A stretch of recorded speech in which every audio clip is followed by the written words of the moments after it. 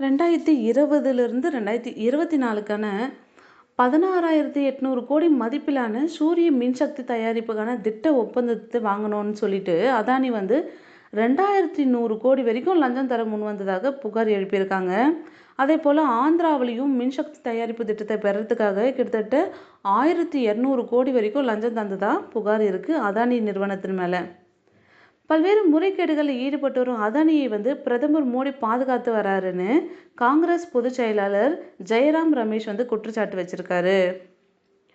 முறைகேடு புகாரை தொடர்ந்து அமெரிக்காவினுடைய பங்குகள் மூலம் திரட்டிய நிதியை பயன்படுத்த மாட்டோம்னு அதானி நிறுவனம் அறிவிச்சிருக்கு.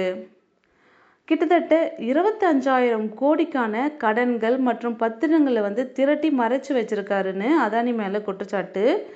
அதானியினுடைய இந்த செயல் வெளிநாட்டு முதலீட்டு சட்டப்படி தவறு என கருதி நியூயார்க்கில் உள்ள பெடரல் நீதிமன்றத்தில் வழக்கு தொடரப்பட்டிருக்கு. இதில் கௌதம் அதானியுடன் அவருடைய உறவினர்கள் சாகர் அதானி, வினித் ஜெயின் உள்ளிட்ட 6 பேருடைய பெயர்கள் குற்றப்பத்திரிகையில் சேர்க்கப்பட்டிருக்கு.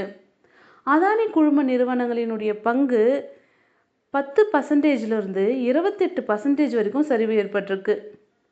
அதாவது அதானி என்டர்பிரைசஸ் லிமிடெட் நிறுவனத்தினுடைய பங்கு விலை 10% சரிவு, அதானி போர்ட் பங்கு விலையும் 10% சரிவு, அதானி பவர் நிறுவன பங்கு விலை 13%, அதானி எனர்ஜி நிறுவன பங்கு விலை 20%, அதானி கிரீன் எனர்ஜி நிறுவனத்தினுடைய பங்கு விலை 17%, அதானி டோட்டல் கேஸ் நிறுவனத்தின் பங்கு விலை 13%, அதானி வில்மர் நிறுவனத்தின் பங்கு விலை 10% வீழ்ச்சி அடைஞ்சிருக்கு.